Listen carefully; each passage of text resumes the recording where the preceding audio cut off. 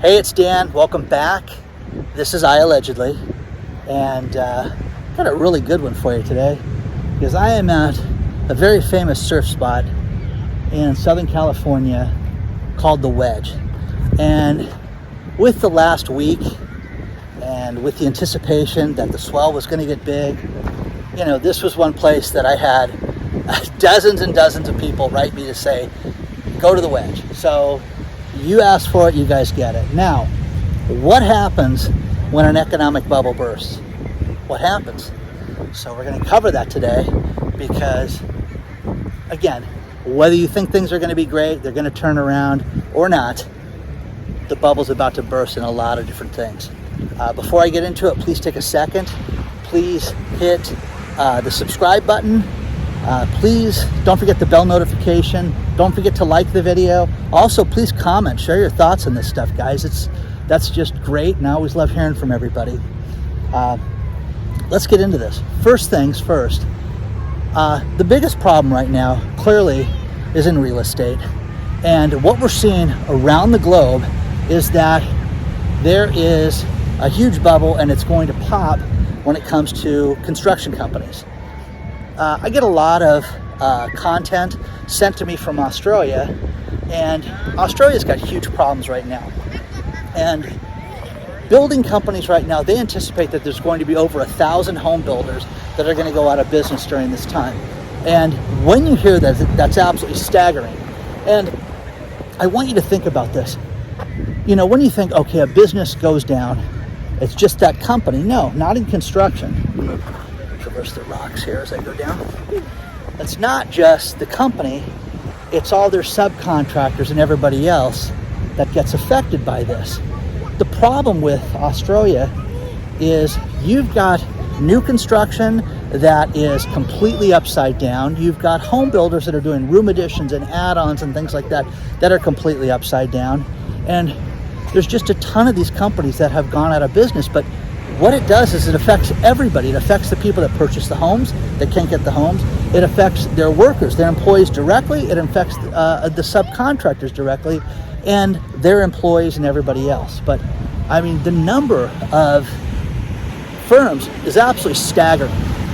Man, okay, first of all, for the people that have been out to the Wedge before, this looks really odd today. It's really, really, you know, different. It's the tide is coming in at a completely different angle.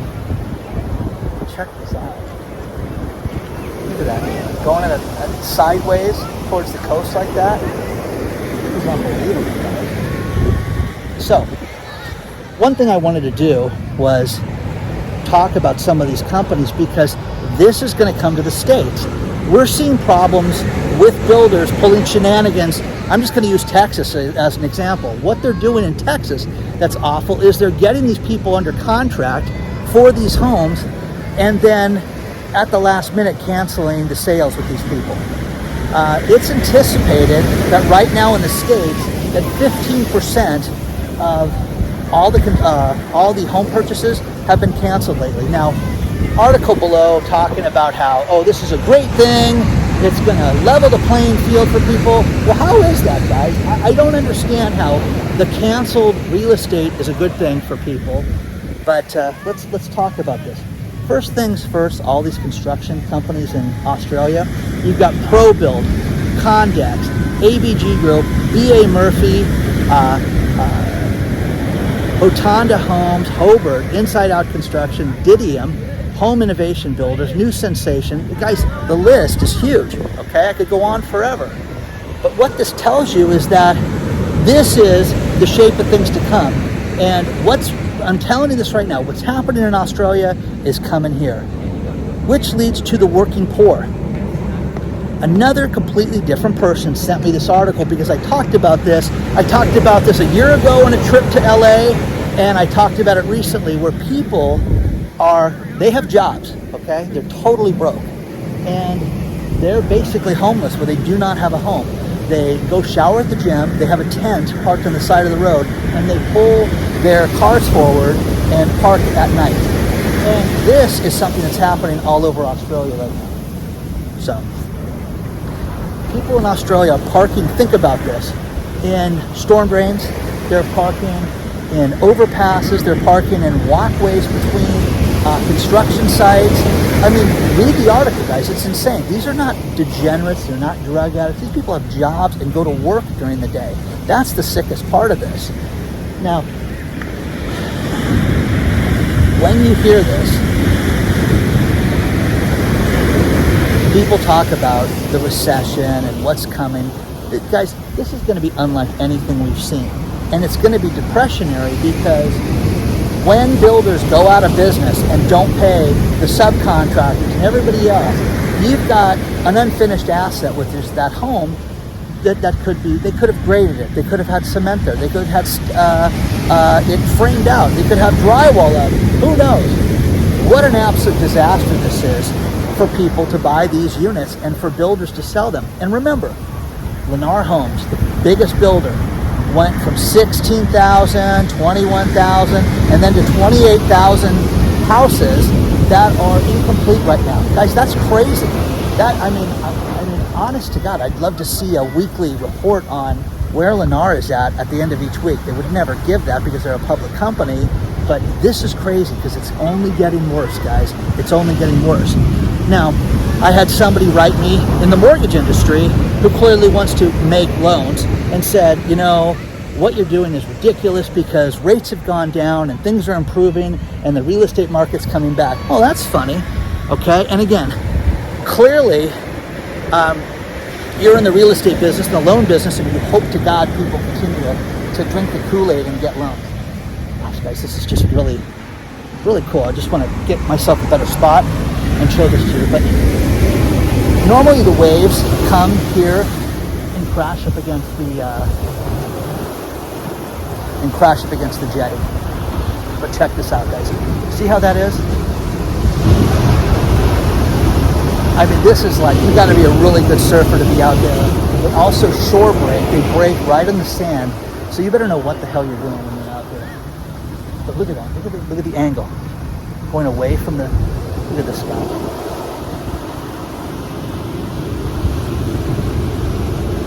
It's amazing. So mortgage rates went up last week. Now, the Fed is anticipated that they're going to meet this month, and Loretta Mester from the Fed said we have to do at least 3/4 of a point, if not more. What does that mean? Does that mean what, 7/8 of a point? You know, clearly 3/4 is clearly on the table, but I think that they should do a 1 percentage point raise. Now, do you feel, any of you feel, that they've done something to fix inflation when you go shop for anything right now? Because I don't feel that. Now, again, people write me and tell me, hey Dan, it's almost 30 days straight that we've had gas prices go down. Gas prices are sky high, guys. It's ridiculous that you're going to sit there and tell me how great gas prices are right now. It's kind of light right now. So share your thoughts on all this stuff, guys. Let me know what you think about this, but what bubble's going to burst first? I clearly think it's housing. And, you know, when you get people that write me, the man, you know, from Georgia, he and his wife sold their house, and then a month later, the houses were 5% less. That's a huge difference, guys. And this guy got $10,000 more. So basically, he's top of the market for that guy. Now, I get people that write me all the time. I got it in the last hours. I'm driving here. And Dan, you don't care, you know, in North Carolina, things are really good. And we're still seeing things move quickly over market. Yes. But when you look at the stories below with what's moving quick and what's not moving quick, you're not seeing things that are going for above ask. It's happening less and less and less. Now, there are rich people that will buy property, guys, and they don't care about what it costs. It's just that simple. So with that being said, you're going to have pockets that are not going to be affected. Remember, last time, it just doesn't fall. Australia is just not, the entire country's in trouble. No, guys. You know, what you're seeing is you're seeing areas that have serious issues. And the crazy thing is how people are priced out of society, that they don't make enough money to eat, and live and rent an apartment. That is catastrophic, guys. Talking about debilitating. Imagine working with somebody that you can't have a you have a colleague you're working with, and this person is basically homeless, living out of their car and changing at the gym. So crazy, guys, absolutely crazy. Wow, this is just so cool to see this. So I'm going to film some more of this for you guys and show you some of this. But really, which bubble's going to burst? Don't you think that it's going to be housing? Because I do. I think that's it. Now, the stock market, it's got its own issues. They're going to prop that thing up with jacks and everything else. And, Jerome Powell's good looks, Grandma Yellen's promises. It's going to be crazy, guys. They're going to do some complete shenanigans between now and the fall. So share your thoughts on all this stuff, guys. I really want to know what you think. This is just beautiful out here. They get all these crowds out here that come out and watch all this. And depending how the time of day and how bad the waves are, they'll close the jetty here behind me, which is this jetty right here. That's just how the explosion is. But it is closed right now that I just saw the sign. So you can't go past that sign right now. That's how it is right now. But just beautiful. Let me get you some good shots of this.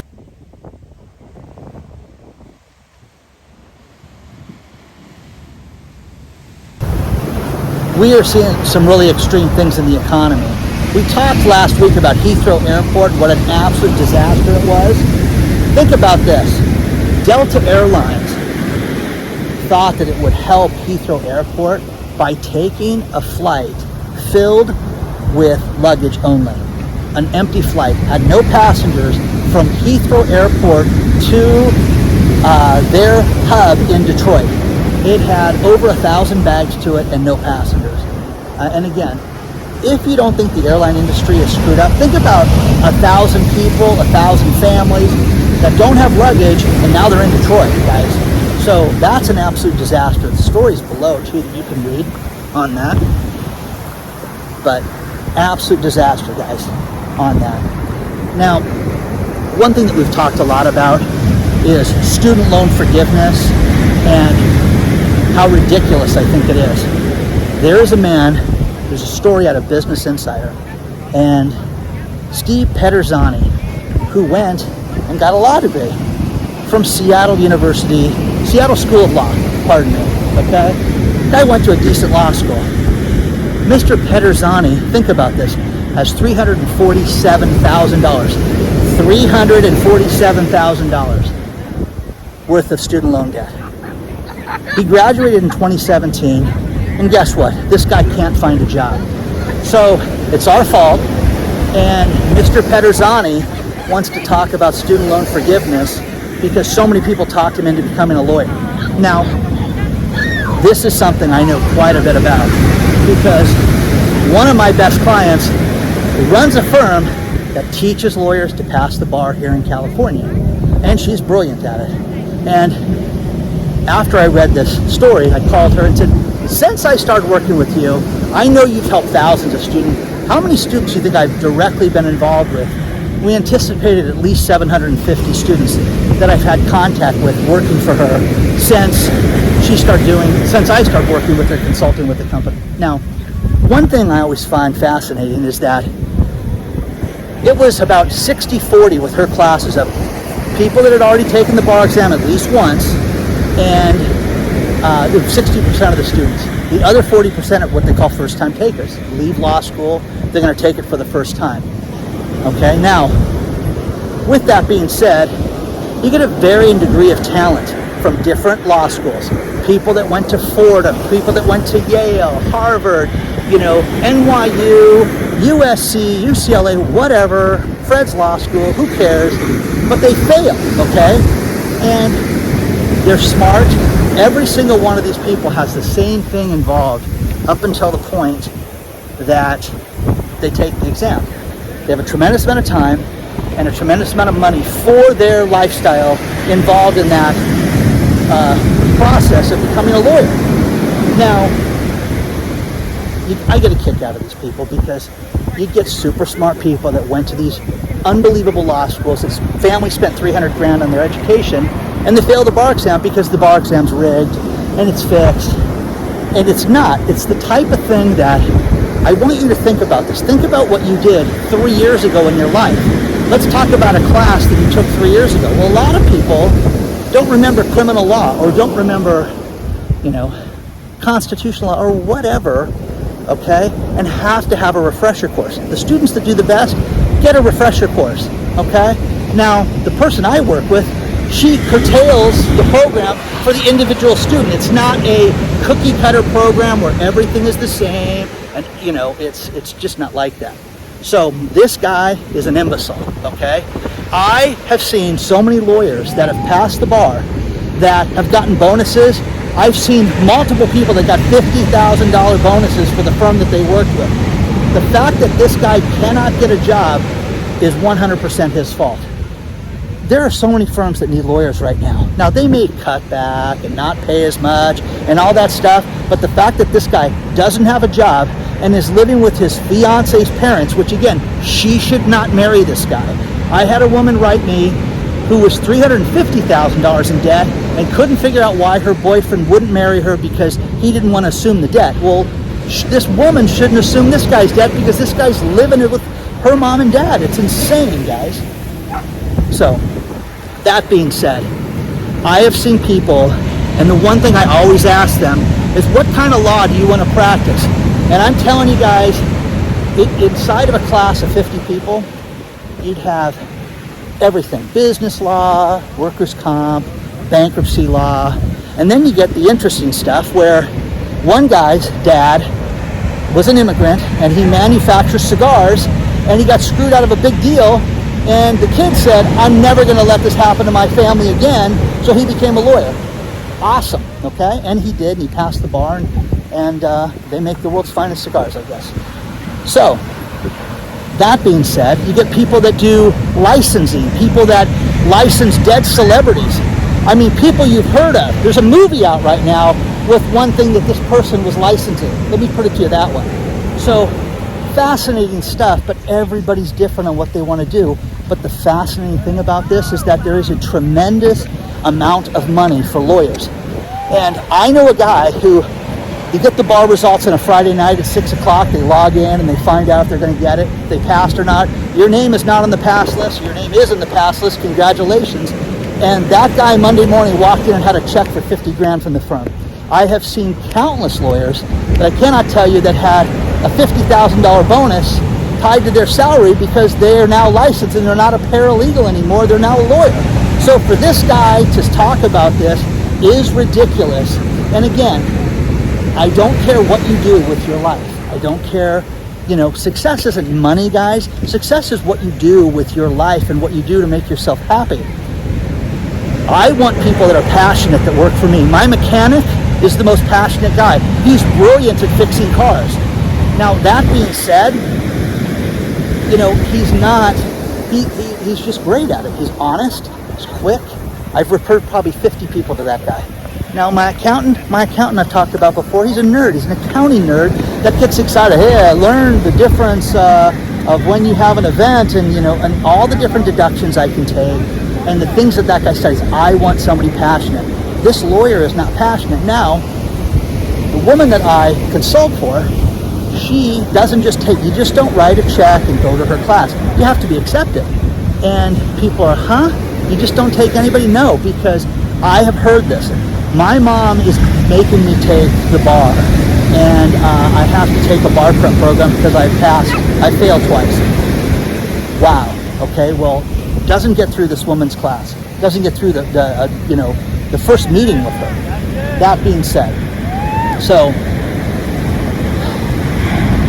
I don't feel sorry for people that have $347,000 worth of student loan debt and now are begging for a handout and have it forgiven. That being said, guys, think about this. $347,000. Let's give them free student loan debt.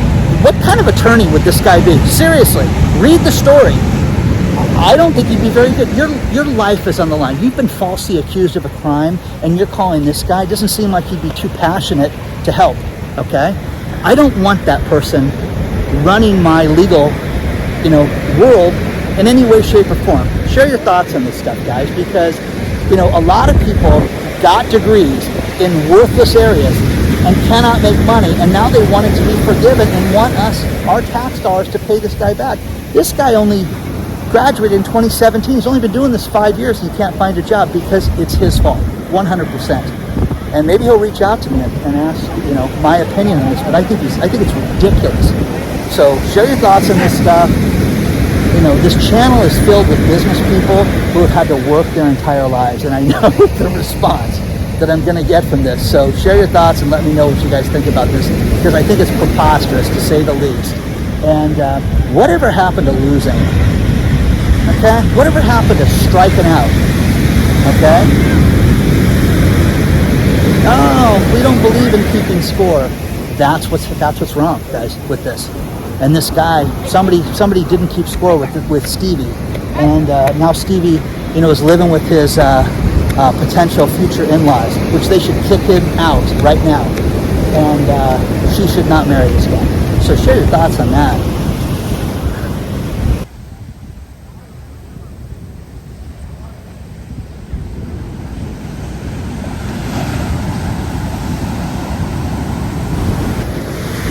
Now, one thing we're seeing a lot in the news is that restaurants right now are having a huge problem. There is no more PPP money. There's no more restaurant grant money, and they're short-staffed. I don't know where these people are that don't have jobs, that don't need jobs, but you're seeing it all around. And we're seeing restaurants that I go into that, hey, we're only going to serve half the restaurant because we don't have the staff for it. It's crazy, guys. But it affects everything. It affects the restaurant's bottom line. It affects them to pay their bills, their rent, the electricity, food costs, everything. And again, you don't buy food for half a restaurant. You just don't do that. You don't buy half the chicken that you would normally need. So this is going to create huge problems for the restaurant industry. And again, my prediction, between now and Halloween, you're going to see a lot of restaurants that go out of business. Next thing is Hertz, the rental car company. Hertz, the rental car company, when you rent a car from Hertz, they had a real problem where people would turn the car in, and Hertz would not know that they turned the car in. They would re-rent it out to somebody else, and then they would say that the car was never turned in and was reported stolen. So much so that, think about this, there are hundreds of people, that were arrested for grand theft auto, driving down the street in their car, going about their day. One woman was going to get a job for the sheriff's department, and she was going to be a dispatcher for the sheriff's department here in Southern California. Shows up, brings her grandchild with her, and they show up to thumbprint her. And what happens when you walk into a police station? They kind of run your background right then, and they arrested her right there in front of her grandchild. So there is a huge class action lawsuit right now going on.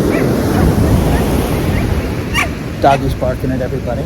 There's a huge class action lawsuit, and Hertz filed bankruptcy, not just because of this, but because they're Hertz.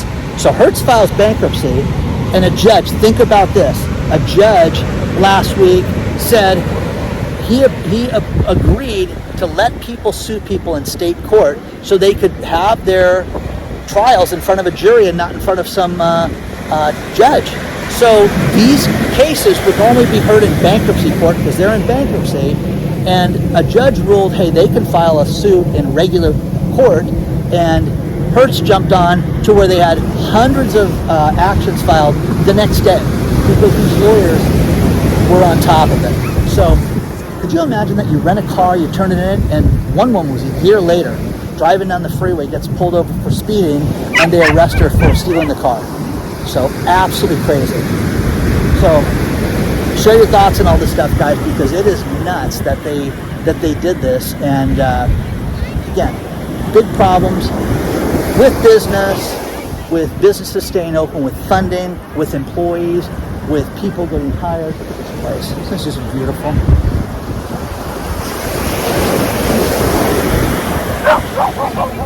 Share your thoughts on all this stuff, guys. I really want to know what you think.